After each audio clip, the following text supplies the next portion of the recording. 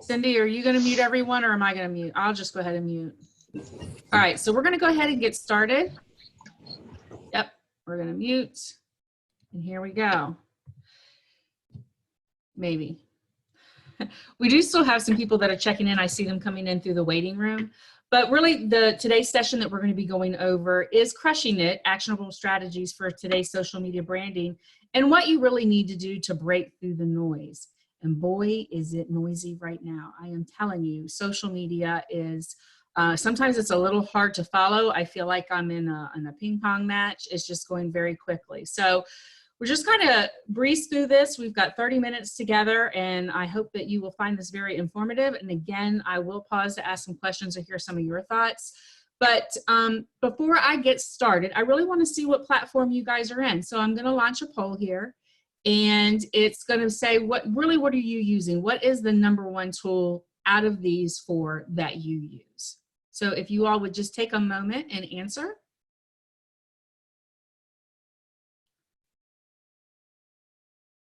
Wow.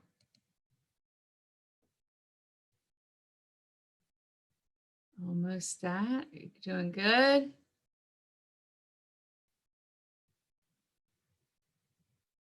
"84 of you have answered. And I'm going to let this go for like 2 more seconds. Okay. So I'm going to go ahead and end this poll. And as you will see, wow, overwhelmingly, it is Facebook that everyone is at. Instagram is next at 18%, LinkedIn, and none of you are using Twitter. Interesting. Okay. So I'm going to stop sharing. All right, I'll stop. And here we go. All right. So, wow, I'm not sure how we got here. Let's go back. All right. So really the problem is in the social media world, #1, productivity. All the time I'm hearing people go, there's just not enough time in the day to do what I need to do. I'm out transacting business. I'm out, running women's council. I'm attending this, going here. And now you want me to be super engaged in social media. So not enough time in the day. Another thing that is common is user frustration. There's too many options. I don't know what to use or how to use it. Well, our poll should have clued you in a little bit that most everybody is on Facebook. So if you're kind of just stuck out there and you haven't even begun, this is where you might want to begin, is to learn Facebook. Brand dilution, what do I focus on? A lot of times if you look at people, you can see that there is just, you don't even really know what they're about. They're just so diluted and that brand is diluted. So that's something that needs to be focused on. And sizing, size does matter. And these are some of the things that we're gonna go over with today. So some of the solutions is to break down, sorry about that, is really to break it down. Dissect what you're doing. What are you currently doing? Really do a deep dive in and look at it. Have you Googled yourself? Have you gone on all of your social media channels and looked at it and said, this is what I'm doing. This is how it needs to go. If you've not ever done that, I encourage you to really just break it down. As you can see with Post-it notes, whatever you need to do, just really do a deep dive into what is currently going on with you. And then there's got to be people that you're following. So if you're in the social media realm, you probably think, wow, that person, I aspire to be like them, or I love what they're doing. I like what I'm seeing. I don't know how to do it, but I like it. You need to really study what other people are doing and what is attracting you. And then you also need to be able to interact with them. The old saying that, if it walks like a duck, talks like a duck, it must be a duck.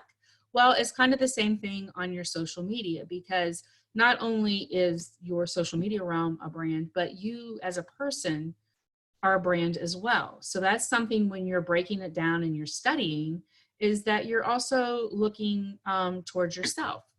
So the other thing is make changes. So you've broken it down, you've really looked at it, you did a deep dive, you've studied other people, you see what's working, what they like, And then now you might need to tweak and do some changes, and that's okay. You know, I was watching a story from Taylor Swift. I can't remember the name of the show, but it was her documentary that came out. And she really was doing a segment on branding. And, you know, she, as any of you who know her, have really gone through and major changes throughout her singing career. And if you look at, and I'll just use her IG stream, her Instagram stream, and if you look at her and you can actually see it broken down on all of these changes. And it's kind of funny, you know, there's some of them are the deep, dark kind of days that she had. Some of them are the pink cotton candy, fluffy days. But it was very true and consistent on whatever she was doing. And I just found it was very interesting in watching that. But that was part of my study, and to really understand a brand and what that does. And again, like I said, that brand really just begins with you as a person, because you are a brand.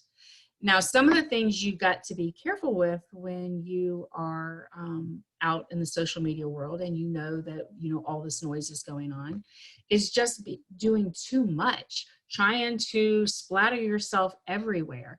You really need to focus on what you really enjoy, where your target audience is, and focus on that. It is better to do one thing and do it really, really well, and then trying to be on all of these other platforms and not do a great job.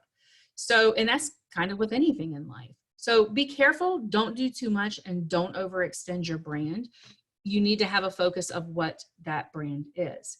So basically, you know, let's just take the Women's Council brand, right? They're very consistent in their branding purposes, in their messages, on what all of their advertising looks like, their social media streams. It's the same, very much same ways that you should be looking at it for yours, because you want to be able, if someone is trying to find you, and I tell you, this has been a frustration of mine. It's probably my most number one frustrated thing is when I'm trying to connect with people or to find them, that I don't even recognize them from a Facebook platform to an Instagram platform to a LinkedIn, because they're not consistent in it. So when you're doing a deep dive into yourself and you're studying your current brand, one of the things you really need to be looking at is,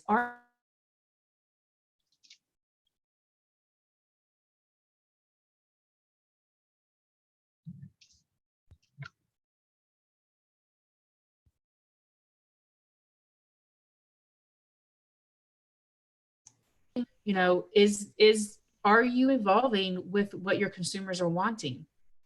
Are you presenting a clear story? So again, you have to be very careful about, you know, posting too much of all off-branded things and not having that clear message, or posting things that are not really relatable to your market. You know, and the best way to figure out, are you being relatable to your market, is really to follow I'm trying to think. What is the word I'm looking for? It is to look at your analytics. And so if you're using a Facebook platform on your business page, that you're going in and you're really looking at, what is it that people are connecting with you? You know, what are they connecting with? And those are the things that you should be targeting. Same with like IG. And I'm talking about those two the most because, quite frankly, I no longer really use Twitter. I have found that to me, that is it, and none of you are using it as well, but it has really become more of like a political platform than what it started out to be. So I kind of have gone away from that. And again, so my analytics that I watch are Instagram for my stories, and then for Facebook. And I really look and see what's really relevant. And people love my dog Neptune. They just think he's adorable. But that's what people are seeing with me, and it's going to be different with you. So again, messaging clear. All right. We'll go back over this when we're talking about messaging, really is emphasizing your main purpose. So some of the things that you really should be considering are, you know, what is the message that you're trying to convey, right? Who is your main audience, and why would someone want to engage with you? And can they find you across multiple platforms, right?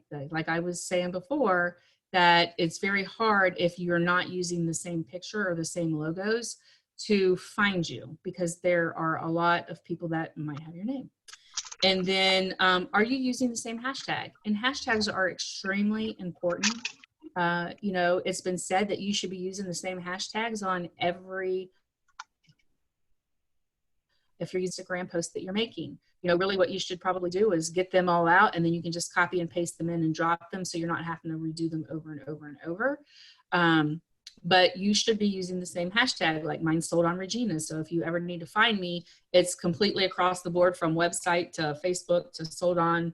I mean, it's just everywhere. So I would encourage you to make sure, again, with the branding purposes, that you are able to do that. So I'd like to stop here just for a second to see if anyone has any questions. So if you have a question, if you would raise your hand, I would call on you at this time so you can, or if I've said something and it sparks something that you might want to share, I would encourage you to do that as well.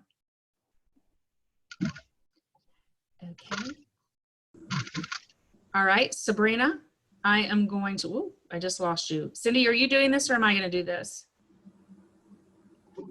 If you want to do that, it's just more people keep coming into the waiting room, so it shifts it down. Okay.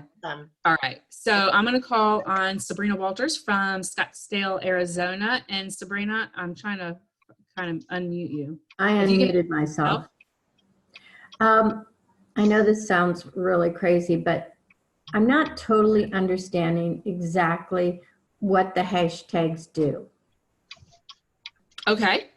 Good question. So a hashtag is just kind of like, the best way I could think of to explain it is like a file folder, that everything that pertains to that hashtag is dumped in that folder. So let's say that I wanted to find out something about Scottsdale, Arizona. I would look at the hashtags in the search bar and do Scottsdale or Scottsdale, Arizona, and look at those. And if I were to click on that, it would bring it to everything that anyone has posted on Instagram that has used that hashtag. Okay, so the hashtags are under the Instagram. Yes, hashtags are in Instagram and in Twitter, so they both work the very same way. And Facebook really doesn't care about hashtag. Okay, thank you. Make sense? Yep. Okay, great. All right, and then the next question we have is from Rebecca. Hi, Regina. Hi, how are you? How are you? Thank you so much for great. sharing your insight. That's been great. I have a two-part question. My first part is hashtags. Is there ever too many, or do you recommend a set amount of hashtags you should be using? 3, 5, 20? Like, what is the go-to like amount that we should be using? And what do you think about creating your own type of hashtag that maybe nobody is using, like I'm the best realtor in Miami type thing, or whatever? Like, what is your feedback on those two parts? Okay, so my understanding with the hashtags is you really need to keep it under 30. You probably are not going to want to go over 30. And then as for creating your own, well, a hashtag's got to start somewhere, right? So, but the biggest thing is that the hashtag that you're creating, just like our Leaders Made Here, right? That hashtag started out with one post, and then it just, now look how far it's grown. So again, it's going to be your following and making sure with the consistency that you continually are branding everything with that hashtag. Thank you. Thank you so much. You're very welcome. You're welcome. Okay, Lisa from Las Vegas. Hi there. Hi there. A two-part question. The first is, what are your thoughts on having personal and business pages? And the second question is, how are you tracking the business that comes from your social media? Okay, so for me, I believe that yes, you still need to have a standalone business side page. One, it's important if you want to look at analytics on Instagram to have that way. But the other thing is, I think that especially in today's world, we have blended that. So for the most part, if I were, let's just talk about listings, all right? So if I was just going to put listings on, I probably am not going to put them on my personal page, definitely putting them on my business page, but I am going to share them over from my business to my personal, but not all the time, because my friends obviously know that I'm a realtor, and they don't want to hear that from me 24/7. Like I said, they like Neptune. But so that would be my answer to that. And then I'm sorry, I didn't get your second question. I muted myself. My second question had to do with tracking the business that's generated from social media. Do you have a system for doing that? Right. I think in the tracking purposes of that, again, it's awareness. And really, can you put I don't know that I've been able to put a finger on, okay, I've gotten this X amount of business from my social media streams. What I can say is that my interactions with people or questions that they ask me or things that are happening is very obvious to me that it has come from my social media stream, because I've not talked to these people. So again, it's just like when you put an ad out there, you know, where are you really going to get that? I mean, you can ask the questions, but on social media, I think it's just basically your interactions. Thank you. You're welcome, Lisa. And Brittany. Brittany Lowe, you had a question? Kimberly needs to mute. We're getting background noise. Okay. I didn't have necessarily a question, but I know one thing that has helped me, especially with the hashtags, are I keep a notepad and I save all of the hashtags, and I kind of base it on personal and professional. So I'll if it's about real estate, I always tag hashtag realtor mom. So I keep, depending on what I post, if I post a picture of me and my daughter, I'll always put realtor mom on there, but I keep them in a notepad because it was really hard for me to come up with hashtags at first. The other thing that I do on Instagram is I follow a lot of the hashtags. And because of that, with a hashtag Keller Williams, because I'm a Keller Williams agent, I've actually gotten other Keller Williams followers, agent followers from other states like California and Florida and stuff like that. And we've communicated, not necessarily referral wise, but we have communicated to connect through referrals.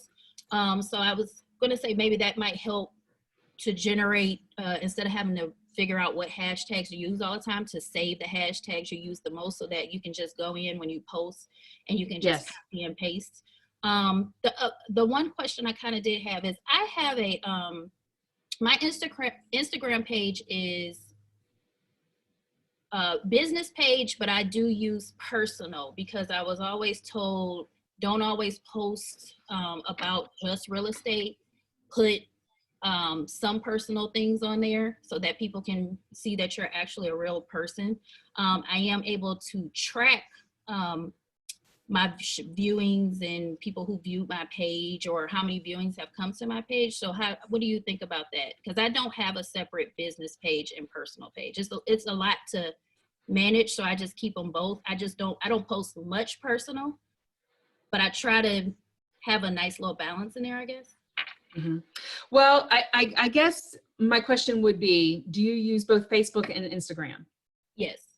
Okay, so it will be critical for you to have a business, in my opinion, a business Instagram that connects, because you have to have a business Facebook so you can actually look at the insights, because that is critical, and you're going to see where people are coming from. Are they organic to you? Are they coming in from your hashtags and all of that? So for you to be able to look at that. So my suggestion to you would definitely be to do that. Okay? Thank you. And thank you for your input. Sam, I see that you have your hand up. I just wanted to add a layer around the hashtags, that depending on what technology you're using, that there are some quick and dirty shortcuts that you can create for yourself. So for example, on my iPhone, I'm able to do a keyboard shortcut. And so if I type hashtag WCR, it does a litany of hashtags that I've created specific to Women's Council posts as I do them. And you can create those for personal posts, for your business posts, for different organizations you're a part of, so that you're not having to type them out. Or I love the idea of keeping a notepad to keep your stuff organized. My brain immediately goes to keep a digital notepad so you can reference it easy for a copy and paste. But use the technology that's right in your fingertips to make it efficient and easy whenever possible. Thank you so much. You're so welcome, and thank you, because that's a very good point. And some of you may not have caught that and may not actually realize, and I'm an iPhone user, so I can't speak to Android, but on the iPhone, you definitely can do exactly what she said and create those signatures. And it's super simple. You just press and hold, and I do like SIG, and it like goes, boom. So, and then of course, so thank you all. Okay, so I'm gonna go ahead and move on. Hold on. Okay, so, all right, so then the next thing, well, maybe I'm moving on, is own it. Okay, so whatever, we talked about this a little bit, so whatever platform that you are using, make sure that you own it and know it very, very well. Again, unique, be uniquely you. Don't be who you think people think you ought to be you, because I don't want to interact with somebody who is not the real deal of themselves, right? So, and people are super critical on social media because it's very easy to see through if somebody is not being real. So definitely be real. Tested, we talked about this already. You know, if it's not working, change it. And then to stand out from the noise. Again, if you're being uniquely you and you're using the same hashtags and you're being able to be found and you're giving out relevant information, you're going to stand out from the noise, because again, it is extremely noisy in social media right now. And again, authentic. I can't say it enough. You know, this counts more than ever in the current environment that we are in. Size matters, right? So size does matter. And here are some of the, you know, for Facebook, Instagram, we have Twitter, and I also have LinkedIn. And I'm not going to spend a lot of time on this because I'm just going to tell you that there are tools out there that can help you just do it automatically that I love. You know, before you used to have to kind of go in and change all your photos. And it really does matter, because that's the other thing. You know, people stop at pictures. So I'll just use, and I'll go back one again because a lot of you are using these, so that's going to be more important to you. But for Instagram, so your algorithm on Instagram is not if people are like hitting a little love button or even commenting with you, it's when their thumb stops. So, you know, you've got your phone and you're picking and you're scrolling and then you stop. That's what you want people to do. So your photos have got to pop. The information has to pop.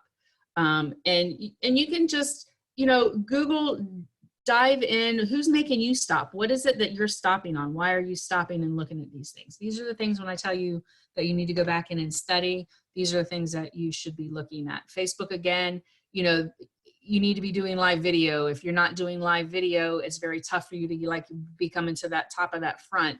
Facebook loves live video. And you guys know this, I think you probably saw a couple of people talking. Here's some power tools that I personally like, and I know that there's thousands of them out there, but these are my go-tos. So I love WordSwag. WordSwag definitely creates beautiful pictures, text, layouts from stocks, your own photos. So I'll take a lot of my own photos and then put, you know, nice layers on top of them. And the beauty about using either WordSwag or Canva, it will automatically size the pictures for you. So if you're not familiar with them, you can just go to WordSwag, pick the picture. What do I want to do? And it gives you a realm of ways that you can size the photo. So beautiful, easy for you to do that. There is a paid version and a free version. Canva, again, this one does everything. And currently I am doing a deep dive into Canva. I am not as good on Canva as I would like to be. I've done newsletters and things like that, but huge opening. Fiverr, you name it, anything that's under the sun and you need it, Fiverr is a great place to go. Even from getting a resume written for you, for people to, you know, work on giving you a logo look. Let's say you want to rebrand. Box Brownie photo editing, virtual staging, plans removal. I love them for that. It's pretty cost effective, very easy to use. And as we saw, most of you are Facebook users, and I thought I was pretty good on Facebook. But I got to tell you, there's a lot of things that I really wasn't aware that I could do until I checked out Facebook Blueprint, and it is their learning lab for Facebook. So if you've never been and you're trying to up your game in Facebook, I definitely would make sure to stop in on there. So those are my go-to favorites. We've got a few minutes left. I'm going to open this up really quick again to any of you. If there's like a cool tool that you are using that's not mentioned, that is a must-have. Raise your hand and we're going to just like I want you to say what it is, and then we'll move on to the next, okay? Because I'm sure there's got to be a lot. Okay, so I have Rebecca. Your hand is still up. So did you have a tool? These may have been up from earlier. So let me call on somebody who hasn't been. Natalie? I use a program called Hootsuite, which allows you to cross-post across social media platforms. Right, which helps with your productivity and being able to schedule out your week, right? And get everything done. Brittany, do you have something? I use Later. It allows you to schedule for Instagram, Facebook, and post, and you can time them, and you can create content for like the whole week. Yes, and you know, and that's a very good point, because that was something else I wanted to touch on, was please do not post the exact same thing at the exact same time across all levels of your social media account.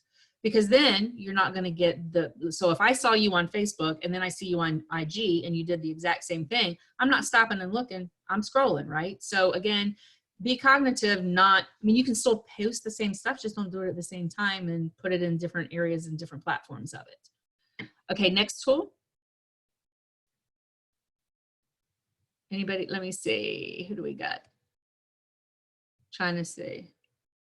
Okay, sorry, I lost. Oh, wow, let's go backwards. We're going backwards in time. Okay, so it looks like that we don't have any other great tools. And then I was gonna do a breakout, but I don't think I will at this time. We definitely do not have enough time. So is there any other questions that anyone has? Just, you can unmute yourself and ask. Oh wait, we have 4 people with a raised hand, hold on. I'm trying to find your hand. Good morning, they are. Regina. Hi, good morning. My name is Claudia Gaitan, and I'm one of the ones that has their hand up. Yes, I see. There is an app that I use whenever I want to find a really cool picture, and it's not going to cost me because sometimes you cannot copyright on certain pictures, and it's called Pixels. It's a really nice website. There is a free version, and there is a version that'll cost you money. But when you're trying to look for a special picture for Canva, if you're going to create a Canva flyer, they have really nice pictures there that you could use, and you'll be safe knowing that you're not copywriting anybody. Thank you so much, Claudia. Bridget Campbell? Yeah, hi, I use 2. The picture one that she just mentioned, I use Pixabay for stock photos, so that you can get them, again, you don't have to pay for them. And then the other one that I use on social media is Ripple. Yeah. And I like that one a lot because it allows it to have motion and movement in it. Thank you. Thank you so much. And then Lisa from Las Vegas.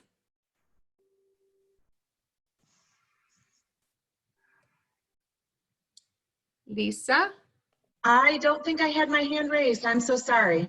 Oh, that's okay. It may have been from earlier. Okay. It happens.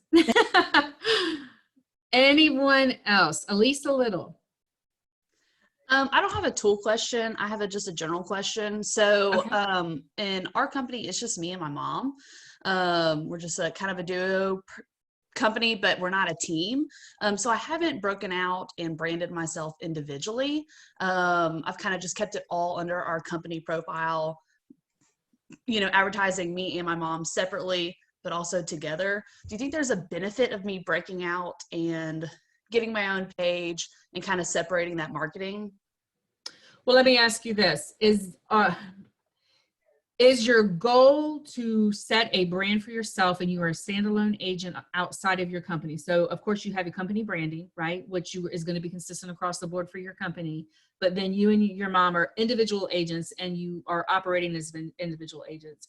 Then in my opinion, yes, it would be very important for you to have your own brand underneath of the brand. So basically your mom and you should be using the same type of, in my opinion, format or look for your company. So you can brand your company, but then brand yourself as individual agents. Okay. Okay. Laura?